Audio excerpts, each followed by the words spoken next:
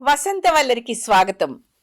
ఈనాటి వసంతవల్లరిలో సుప్రసిద్ధ కథా రచయిత్రి, కేంద్ర సాహిత్య అకాడమీ పురస్కార గ్రహీత శ్రీమతి పి సత్యవతి గారు రచించిన కథ వెంకటేశ్వర్లు వెళ్ళిపోయాడు. వింటారు.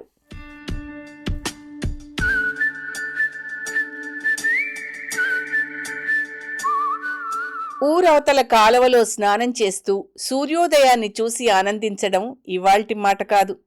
పసుపుతాడు మెళ్ళో వేసుకుని ఏరు దాటి ఈ గడ్డ మీద కాలు పెట్టిన మర్నాట్నుంచి క్రమం తప్పకుండా జరుగుతున్న విషయమే. ఇత్తడి బిందెని కాలు ఒడ్డున ఉన్న ఒండ్రు మట్టితో తోముకోవడం, తెచ్చుకున్న బట్టలన్నీ బండమీద బాది బాది ఉతుక్కోవడం, ఆ పైన హాయిగా స్నానం. ఈలోగా సూర్యోదయం. ఇవాళ సూర్యుడు ఇంకా తేజోవంతంగా ఉన్నట్టనిపించింది ఆదిలక్ష్మికి. 25 ఏళ్ల ముందర కన్నా ఇష్టంగా రాని, కష్టంతో రాని ఈ దినచర్య తన జీవితంలో ఒక భాగమైపోయింది. ఇది తప్పిపోతున్నందుకు ఒక పక్క ఆనందమే అయినా మరో పక్క విచారంగానూ ఉంది. నీకేమమ్మా, ఇక నుంచి హాయిగా ఇంట్లోనే స్నానాల గది ఉంటుంది. ఏణీళ్లు పెట్టుకు స్నానం చేస్తావు. ఏ జన్మలో ఏ నోము నోసుకున్నావో, వెంకటేశుల్ని కన్నావు, నీ కష్టాలు గట్టెక్కాయి అని ఊరువాడ ఒకటే అంటున్నా సంతోషంతో పాటు కొంచెం భయంగా కూడా ఉంది. ఎన్నడూ ఊహించని కొత్త జీవితంలోకి అడుగు పెట్టడం గురించి. బహుశా ఇదే ఈ ఊరి ఆఖరి సూర్యోదయం చూడ్డం కావచ్చు తనకి. 2 చేతులు ఎత్తి సూర్యభగవానునికి నమస్కరించింది ఆదిలక్ష్మి. కళ్ళ నిండా నీళ్లు తిరిగాయి. బట్టలన్నీ గట్టిగా పిండి పిడచలు పెట్టి గంపలో పెట్టుకుని తలమీద పెట్టుకుని ఒడ్డుకొచ్చింది. ఇప్పుడు మంచినీళ్ల పంపులొచ్చాయి. వీళ్లకు కూడా మంచినీళ్ళా అన్నట్టే ఏడుస్తూ వస్తాయి. షావుకారు సుబ్బయ్య గారింటి మీద గదంత నీళ్ల ట్యాంకు మంచినీళ్లతో నిండాలి. సర్పంచ్ గారిది, పెద్ద డాక్టర్ గారిది, ఇంకా కామందు గారిది, ఇలా వాళ్ళందరి ట్యాంకులు మోటార్లు నింపేస్తాయి. ఈలోగా పంపులు కట్టేస్తారు. వాళ్ళకి బట్టలు ఉతుక్కోవడానికి, అంట్లు తోముకోవడానికి, స్నానాలకి, ఆఖరికి పాయఖానా దొడ్లో పంపులకు కూడా మంచినీళ్లే. ఇక్కడేమో 2 బిందెలు వచ్చేసరికి కాళ్ళు పీకేస్తాయి. ఉండడానికి తనకి ఓ బావుంది. ఏం లాభం? సముద్రం నీళ్లల్లా ఉంటాయి అవి. తోమిన గిన్నెలు నల్లబడిపోతాయి. బట్టలకి మురికిపోదు. పంపు వచ్చినంతసేపు అక్కడ నిలబడి నీళ్లు తెచ్చుకోవాలి. నీకేంలే ఆదిలచ్చమ్మా, నీ కట్టాలు తీరిపోయినాయి. హాయిగా రేపటి నుంచి సాకలు నెట్టేసుకుంటావు, సుఖపడతావమ్మా. కొంత అసూయ, కొంత అభినందన అందరి గొంతుల్లోనూ.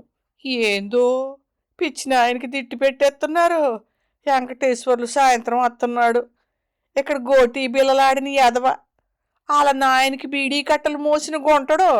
వాళ్ళమ్మకి పంపు కాడ్నుంచి నీళ్లు మోసిపెట్టిన పసి సన్నాసి కాదు.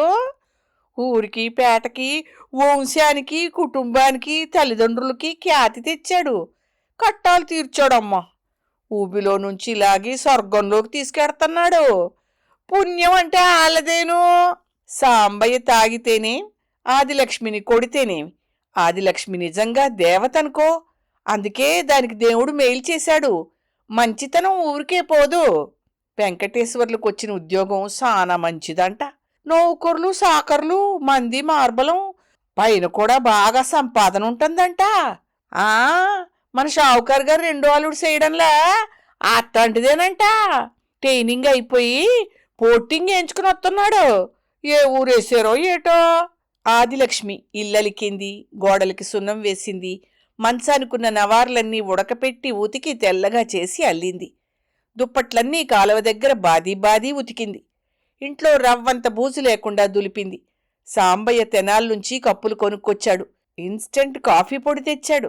సాంబయ్య చెల్లెలు సావిత్రి మేనల్లుడొస్తున్నాడని బియ్యం పిండి స్వయంగా కొట్టి అరిసెలొండి తెచ్చింది. సావిత్రి కూతురు జ్యోతి వెంకటేశ్వర్లకి ఈడు. దాన్ని కొట్టి తిట్టి చదివించి 10th పాస్ చేయించి తెనాలి కాలేజీకి పంపిస్తోంది. అదంతా వెంకటేశ్వర్లు కోసమే. జ్యోతిని వాళ్ళ కాలేజీకి వెళ్ళొద్దంది సావిత్రి. సాంబయ్య తెల్లని ఇస్త్రీ పంచకట్టాడు. అతనిప్పుడు ఏంరా సాంబయ్య కాదు, వెంకటేశ్వర్లు గారి తండ్రి సాంబయ్య గారు. బీడీలు మానేస్తాడు, మంచి సిగరెట్లు తాగుతాడు. అణా కాని సారాయి మానేసి అబ్బాయిని బ్రతిమాలి రోజుకో క్వార్టర్ మంచి మందు కొనుక్కుంటాడు. సాంబయ్య రెండో కొడుకు వెంకటేశ్వర్లు తమ్ముడు గోపాలకృష్ణుడు చదువుకోలేదు. అలాగని చదువుకోకుండానూ ఉండలేదు. వాడప్పటినుంచి చదువుకుంటూనే ఉన్నాడు. కానీ ఇంకా ఇంటర్ పాస్ కాలేదు. ఇదిగో వెంకటేశ్వర్లే వాడినొక దారికి తీసుకురావాలి. వెంకటేశ్వర్లు చెల్లెలు లక్ష్మి తెనాలి కాలేజీలో బిఏ చదువుతోంది. అన్నలా పెద్ద చదువులు చదవాలని, పెద్ద ఉద్యోగం చెయ్యాలని కలలు కంటోంది. అందరి కలలు నిజమయ్యే సమయం ఆసన్నమయ్యింది. వెంకటేశ్వర్లు ఆ సాయంత్రం వస్తున్నాడు. ఆడు పెట్టిల ఈ మోసుకుని రాలేడ్రా, నువ్వెళ్ళి బస్టాండ్ కాడు ఉండో, ఏ బస్సులో వస్తాడో ఏమో అని గోపాలకృష్ణుణ్ణి 4 గంటల నుండే బస్టాండ్లో నిలబెట్టాడు సాంబయ్య. వీధి వీధంతా వెంకటేశ్వర్లు కోసం ఎదురుచూస్తోంది. ఊరంతా కూడా ఎదురుచూస్తోంది. సాయంత్రం 5 గంటల వేళ లక్ష్మి వీధి వాకిట్లో దుమ్ము అణగడానికి పేడనీళ్లు చల్లి ముగ్గు వేసింది. ఆదిలక్ష్మి వసారాలో నవ్వారు మంచం వేసి శుభ్రమైన దుప్పటి వేసింది. గేదె దగ్గర అప్పటికప్పుడు గోరువెచ్చని పాలు తీసుకొచ్చింది. లక్ష్మి కప్పులన్నీ తళతళా తోమిపెట్టింది. ఈడు మన కొడుకు కాదా? ఏంటిలాగా పరాయివాడు వస్తున్నట్టు మనందరం ఆడావిడి పడిపోతున్నాం అని ఆశ్చర్యపడింది ఆదిలక్ష్మి పళ్ళెంలో హారతి సిద్ధం చేస్తూ. ఆడికి రాగానే హారతి పట్టొదినే అని సావిత్రి ఇందాకే చెప్పిపోయింది. బస్టాండులో బడ్డీ కొట్టు దగ్గర నిలబడి కాళ్లు పీక్కుపోతున్న గోపాలకృష్ణుడు హారతి పళ్ళెం పక్కన ఎట్టుకుని నవారు మంచం మీద కూర్చుంటే దుప్పటి మాస్తుందని కింద కూర్చున్న ఆదిలక్ష్మి, వీధి మొదట్లోనే నిలబడ్డ సాంబయ్య. వెంకటేశ్వర్లు రావడం తాము చూడలేమేమోనన్న ఆతురతతో తొంగి తొంగి చూసే ఇరుగు పొరుగులు. వెంకటేశ్వర్లు వచ్చాడు. అతను బస్లో రాలేదు. సినిమాల్లో చూపించే ఎర్రటి కారులో వచ్చాడు. ఒక్కడే రాలేదు, వెంట ఇంకొక ఆయనతో వచ్చాడు. పెట్టెలు సంచులు లేవు, చేతులూపుకుంటూ వచ్చాడు. ఆదిలక్ష్మి ఉలిక్కిపడి వెంకటేశ్వర్లకి హారతిచ్చింది. అతనితో వచ్చిన ఆయన్ని చూసి ఆ కారు ఆయనదని గ్రహించింది. డ్రైవరు పళ్లబుట్ట తెచ్చి గుమ్మంలో పెట్టాడు. ఈయన వెంకట్రామయ్య గారమ్మా, నేను హైదరాబాద్లో ఉండి పరీక్షలకి ప్రిపేర్ అయినప్పుడు నాకు చాలా సాయం చేశారు. వీళ్ళమ్మాయి అనురాధ కూడా నాతో పరీక్షలు రాసింది. తనకి సెలక్షన్ రాలేదనుకో. ఓట్లడగడానికి వచ్చే రాజకీయ నాయకుడిలా ఆయన అందరికీ నమస్కారం చేసి మంచం మీద కూర్చున్నాడు. వాళ్ళిద్దరి పక్కన తను కూర్చోవచ్చో కూర్చోకూడదో అర్థం కాలేదు సాంబయ్యకి. నిలబడి చూస్తున్న సాంబయ్యకి లక్ష్మి ఒక కుర్చీపీట వేసి కూర్చోమంది. ఇక్కడ కూర్చోనాన్నా అని జరిగి కొడుకు తనకి మంచం మీద చోటివ్వలేదని సాంబయ్య అనుకోలేదు గాని ఆదిలక్ష్మి అనుకుంది. అంత ఖరీదైన మనిషిని వెంటబెట్టుకుని రావడం ఎవ్వరికీ నచ్చలేదు. వాళ్ల గొంతులు మూగబోయాయి. లక్ష్మి వాళ్లకి మంచినీళ్ళిచ్చింది. నాకీ మధ్య చాలా సుస్థి చేసిందమ్మా. అప్పటి నుండి ఏడకెళ్ళినా కాగబెట్టి నీళ్లే మోసుకు తిరుగుతా ఉన్నాను అని ఆయన కారులో నుంచి చల్లని మంచినీళ్లు పోసుకునే పెద్ద డబ్బా తెచ్చుకుని అందులోంచి నీళ్లు పోసుకుని కొన్ని వెంకటేశ్వర్లకు కూడా ఇచ్చాడు. ఆదిలక్ష్మి 2 ప్లేట్లలో అరిసెలు కారపూస తెచ్చిపెట్టింది. అబ్బే, హార్ట్ పేషెంట్నమ్మా, ఇవన్నీ తినకూడదు అన్నాడు ఆయన. మీ సావిత్రమ్మత్త నీకోసం చేసిందిరా వెంకటేశులు అన్నది ఆదిలక్ష్మి గొంతు పెగిలించుకుని. వెంకటేశులు ఓ అరిసె ముక్క కొంచెం తిని తల్లిని సంతోషపెట్టాడు. అప్పటికప్పుడు తీసిన పాలు కాచి ఇన్స్టెంట్ కాఫీ పొడితో జాగ్రత్తగా కలిపిన కాఫీ తీసుకొచ్చి ఇచ్చింది ఆదిలక్ష్మి. పాపం అది మాత్రం వద్దనలేదాయన. వెంకటేశ్వర్లు తీసుకున్నాడు. ఈ కారు కోసం ఆశపడి ఇన్ని ఎంటేసుకు రాకపోతే హాయిగా బస్సులో వస్తే ఈ పాటికి అందరం ఎన్ని కబుర్లు చెప్పుకునేవాళ్ళం అనుకుంది వెంకటేశ్వర్లు చెల్లెలు లక్ష్మి. గోపాలకృష్ణుడు దూరంగా నిలబడ్డాడు. వీడు నా తమ్ముడు అని ఆయనకి వెంకటేశ్వర్లు పరిచయం చేయలేదు. వెంకటేశ్వర్లుని దిగబెట్టి ఎర్రకారాయన వెళ్ళిపోతే మాట్లాడుకోవచ్చు కదా అనుకున్నాడు సాంబయ్య. కానీ ఎర్రకారాయంతో పాటు వెంకటేశ్వర్లు లేచాడు. నేనొస్తానమ్మా, నాకింకా హైదరాబాద్లో పనులున్నాయి. పోస్టింగ్ ఎక్కడిస్తారో తెలియలేదు. ఈలోగా మిమ్మల్ని చూసిపోదామని వచ్చా అన్నాడు. పోస్టింగ్ ఏదో వచ్చేదాకెక్కడ ఉండరాదు అంది ఆదిలక్ష్మి ధైర్యం కూడగట్టుకుని. చెప్పాను కదా నాకు కొన్ని పనులున్నాయని, మళ్ళీ వచ్చి ఉంటాలే అన్నాడు. ఎర్రకారులో వెంకటేశ్వర్లు వెళ్ళిపోయాడు. వీధికి ఆశాభంగం, ఊరికి ఆశాభంగం, ఇంటికి మరింత ఆశాభంగం. అప్పుడెళ్ళిన వెంకటేశ్వర్లు మళ్ళీ వచ్చాడో రోజు. ఈసారి ఎర్రకారులోనే వచ్చాడు. కానీ రాజకీయ నాయకుడు లాంటి ఆయనతో రాలేదు. ఆయన కూతురుతో వచ్చాడు. ఆ అమ్మాయి ఆదిలక్ష్మికి సాంబయ్యకి నమస్కారం చేసి కొత్త బట్టలిచ్చింది. లక్ష్మికి ఒక ముత్యాల దండ, గోపాలకృష్ణుడికొక రిస్టువాచి ఇచ్చింది. 2 బుట్టలతో పళ్ళు, 2 ప్యాకెట్లతో స్వీట్లు ఇచ్చింది. అల్లుడి కోసం నెల రోజులు వెన్నపూస దాచి దాచి కరగేసిన నెయ్యితో అరిసెలు వండిన సావిత్రమ్మ కళ్ళంట నీళ్లు ధారలు కట్టాయి. కూతురు చదువు కోసం పెట్టిన డబ్బంతా బూడిదలో పోసినట్టయిపోయింది. ఈ అమ్మాయి తమ లోకం మనిషి కాదు, తమ రంగు కాదు, తమ భాష కాదు, తమ తిండి కాదు. మంచం మీద పొందికగా కూర్చున్న ఆ అమ్మాయి, ఇక్కడ కూర్చోండి నా పక్కన అని జరిగి ఆదిలక్ష్మికి చోటివ్వలేదు. వాళ్లంతా నిలబడి ఉండడం చాలా సహజమే అన్నట్టు ప్రవర్తించింది. ఆదిలక్ష్మి పెట్టిన భోజనాన్ని వేళ్లతో కెలికి తిన్నట్టు నటించింది. ఓ పెద్ద మంత్రిగారు ఓ కూలీల కాలనీని దర్శించడానికి దయతల్చి వచ్చినట్టుంది అనుకుంది వెంకటేశ్వర్లు చెల్లెలు లక్ష్మి. ప్రొద్దున్న వచ్చిన వెంకటేశ్వర్లు సాయంత్రం దాకా ఉన్నాడు. చాలా చాలా చెప్పాడు. ఈ పల్లెటూళ్ళో ఈ దుమ్ములో మీరుండలేరన్నాడు. కాపురం తెనాలి తరలించమన్నాడు. అక్కడ మంచినీళ్ల పంపున్న మంచి ఇల్లు తీసుకోమన్నాడు. నెల నెలా డబ్బు పంపుతానన్నాడు. అయితే మమ్మల్ని నీతో తీసుకెళ్ళవా? నన్నేసింది ఈ రాష్ట్రంలో కాదు, అక్కడ మీరుండలేరమ్మా, ఇదంతా మీకు అలవాటైన చోటు అన్నాడు. తెనాలిలో మా నాన్నగారికి ఇల్లుంది, అది ఖాళీ చేయించిస్తాం, మంచి ఇల్లు, అందులో ఉండండి. మేమెప్పుడైనా వచ్చినా ఈ పల్లెటూరికి రావడం కష్టం. ఓ రోజు ఉండాలన్నా ఆ ఇంట్లో మీరెన్నాళ్ళైనా ఉండొచ్చు, నాకొచ్చే ఇల్లే అది అంది వెంకట్రామయ్య గారి అమ్మాయి అనురాధ చాలా దయగా. మీకే లోటు రానివ్వను, నేను డబ్బు పంపుతాగా. ఆదిలక్ష్మి కుప్పకూలిపోయింది. 25 సాంబయ్య చేత తిన్న దెబ్బలన్నీ మళ్లీ తగులుతున్నట్టనిపించాయి. కొడుకు దగ్గరుంటే సాంబయ్య భయంగా ఉంటాడని, తనకి వెంకటేశ్వర్లు తల్లిగా ఓ గౌరవం ఉంటుందని ఆశపడింది. రేపట్నుంచి కొడుకు మీద కోపం చూపించడానికి తను తప్ప ఇంకెవరుంటారు సాంబయ్యకి? రేపట్నుంచి ఊరి జనం అనే మాటలు భరించలేని సాంబయ్య ఎంత తాగుతాడో, ఏం చేస్తాడో ఊహించడం కూడా కష్టం. వీడి కోసం ఎంత రెక్కల కష్టం చేసింది తను. షావుకారి భార్య చీరలుతకడం దగ్గర్నుండి ఒక పనా, ఎంత కారం కొట్టిందని, ఎంత పిండి దంచిందని. వీడు కనీసం దగ్గరకొచ్చి ఓసారి భుజం మీద చెయ్యేసి అమ్మా అని పలకరించాడా? డబ్బు పంపుతాడట. వెంకట్రామయ్య గారి కూతురు ముందు తను ఏడవగలదా? గొంతు పూడుకుపోదా? ఎంత కష్టపడ్డా ఇన్నాళ్ళు అదంతా శారీరకమైన కష్టమే. మనస్సులో ఆశ ఎంత కష్టాన్నైనా మరిపించింది. ఆశే ప్రాణం. ఇప్పుడింకేం మిగిలింది? డబ్బులు పంపుతాడట వెంకటేశ్వర్లు. అన్నయ్య చెప్పింది బావుందమ్మా, మనం తెనాలి వెళ్ళిపోదాం అంది లక్ష్మి పొయ్యి దగ్గర కూర్చుని కళ్ళు తుడుచుకుంటున్న ఆదిలక్ష్మితో. అవునమ్మా, మొన్నటిదాకా ఊరంతా అన్నయ్యని ఆకాశానికి ఎత్తేశారు. రేపటినుంచి తిట్టిపోస్తారు, రకరకాలుగా మాట్లాడతారు.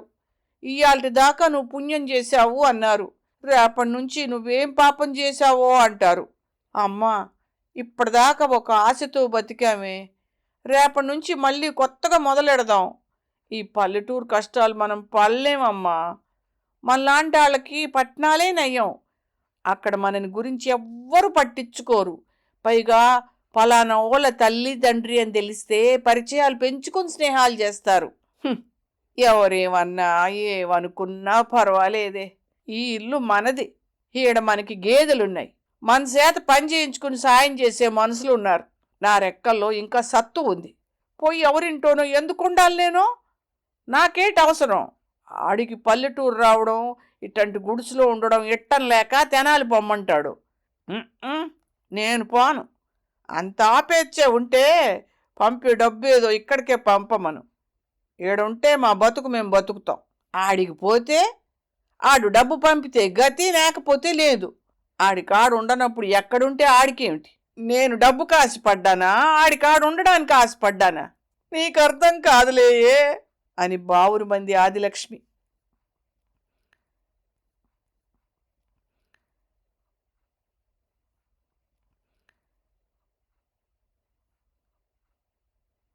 హే వెంకట్, చీకటి పడుతోంది అంటోంది ఆ అమ్మాయి. బయలుదేరదాం అని లేచి నిలబడ్డాడు వెంకటేశ్వర్లు. ఈ డబ్బు నీ దగ్గరుంచు నాన్న. తెనాల్లో ఇల్లు బాగు చేయిస్తాం, అక్కడికి మారిపోండి. నేను 2 నెలలాగి మళ్ళొస్తాను. మీరేం బాధపడకండి, నేను కొద్దిగా సెటిల్ కాగానే మీకు డబ్బు పంపుతా అన్నాడు తండ్రి చేతిలో ఓ 10,000 పెట్టి. ఇప్పుడే ఎందుకింత డబ్బిస్తున్నావు అనలేదు సాంబయ్య. డబ్బుతో మా రుణం తీర్చేసుకుంటున్నావా అని అనలేదు. బుద్ధిగా నోట్ల కట్ట అందుకొని జేబులో పెట్టుకున్నాడు సాంబయ్య. ఏదో వండుతున్న నెపంతో పొయ్యి దగ్గరే ఉండి కళ్ళు తుడుచుకుంటోంది ఆదిలక్ష్మి. మీ అమ్మని పీలు, వాళ్ళు వెళ్ళిపోతారంట, కాపీ కలుపుకురామనవే అని కూతురికి పురమాయించాడు సాంబయ్య. వస్తామమ్మా అని చెప్పడానికి కొడుకు లోపలికొస్తాడేమో. ఒక్కసారి వాణ్ణి కౌగలించుకుని గట్టిగా ఏడవాలనుకుంది ఆదిలక్ష్మి. వాళ్ళకి కాఫీ తెమ్మంటున్నాడు నాన్న అని లోపలికొచ్చింది లక్ష్మి. నువ్వు కలుపుకెళ్ళవే అంది ఆదిలక్ష్మి. లక్ష్మి కళ్ళల్లో కూడా నీళ్ళొచ్చాయి. అన్నయ్య దగ్గరుండి పై చదువులు చదవాలన్న కలలన్నీ ఈ కట్టె పుల్లల్లాగే మండిపోయాయి. మళ్ళీ తనకే నవ్వొచ్చింది.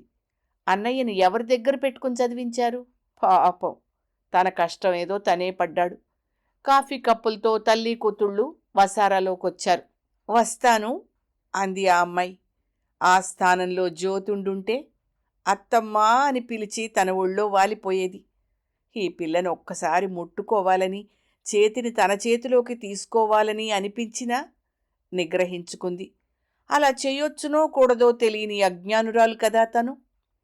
దుఃఖాన్ని అదిమి పట్టుకుని పేలవమైన ఒక నవ్వు నవ్వి ఆమె నుదుట బొట్టు పెట్టి ఆమె తెచ్చిన పళ్ళే కొన్ని చేతిలో పెట్టింది ఆదిలక్ష్మి.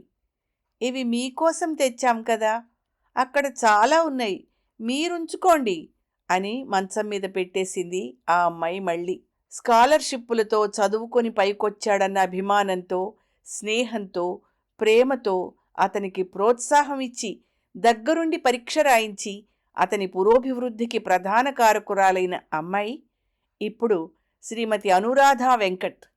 ఆమె లేకపోతే వెంకటేశ్వర్లు ఈరోజు ఇలా ఉండడు. మీరేం చేశారు వెంకటేశ్వర్లుకి? కూలికి పంపకుండా చదువుకోనిచ్చారు. ప్రభుత్వం స్కాలర్షిప్ ఇచ్చింది, సీట్లిచ్చింది. కాకపోతే బట్టలు కుట్టించారు, తిండి పెట్టారు. అంతేగా. మీరు చెప్పించిన చదువులతో అతనికి ఉద్యోగం వచ్చేదా? హైదరాబాద్ వెళ్ళి చిన్న చిన్న ఉద్యోగాలు చేసుకుని కష్టపడి చదువుతూ ఉంటే ఈ దేవత సాక్షాత్కరించింది, జాలిపడి చెయ్యి అందించింది, పైకి లాగింది. ఈమె లేకపోతే ఈరోజు వెంకటేశ్వర్లు ఇలా ఉండడు. ఇదంతా మధ్యాహ్నం వెంకటేశ్వర్లు ఆదిలక్ష్మికి చెప్పాడు. వెంకటేశ్వర్లు మంచివాడు. పాపం వాడికి కృతజ్ఞత చాలా ఎక్కువ. మా అమ్మ మా కోసం పడని కష్టం లేదు. మా అయ్య ఉన్న ఎకరం నేల అమ్మేసి చేసే పని మీదొచ్చే 10 రూపాయలు కూడా సజావుగా ఇంటికి ఇవ్వకపోతే ఈవిడే రెక్కలు ముక్కలు చేసుకుని సంసారం నిలిపింది.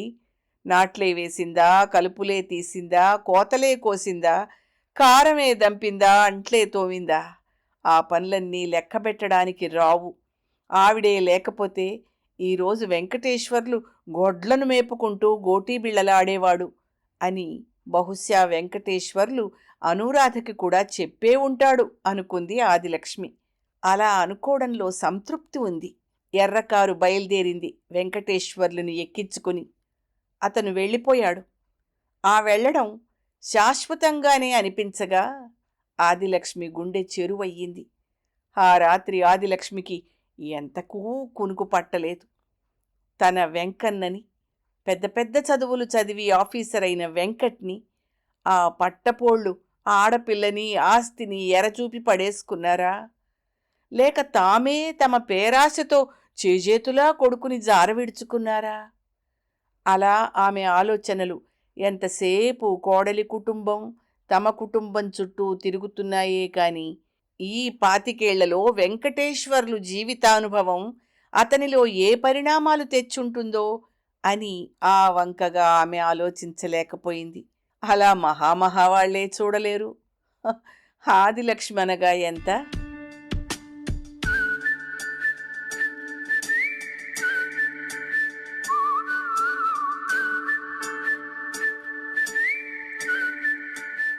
వసంతవల్లరిలో సుప్రసిద్ధ కథా రచయిత్రి, కేంద్ర సాహిత్య అకాడమీ పురస్కార గ్రహీత శ్రీమతి పి. సత్యవతి గారు రచించిన కథ వెంకటేశ్వర్లు వెళ్ళిపోయాడు విన్నారు.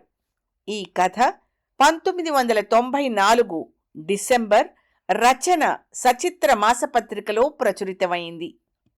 వసంతవల్లరిలో ఇవాల్టి కార్యక్రమం మీకు నచ్చిందని ఆశిస్తున్నాను.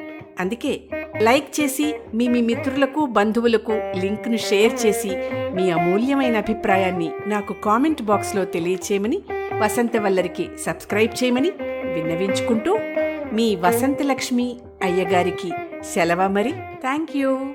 వసంతవల్లరి మిత్రులు, శ్రేయోభిలాషులు, వీక్షకులు, శ్రోతలు అందరికీ ఒక విజ్ఞప్తి. గతంలో లాగానే ఎప్పటికప్పుడు నా కథలను విని స్పందన తెలియచేయమని కోరుతూ, నేను చదివిన కథ మీకు బాగా నచ్చినట్టయితే తప్పకుండా హైప్ ఆప్షన్ నొక్కి నన్ను ప్రోత్సహిస్తారు కదూ.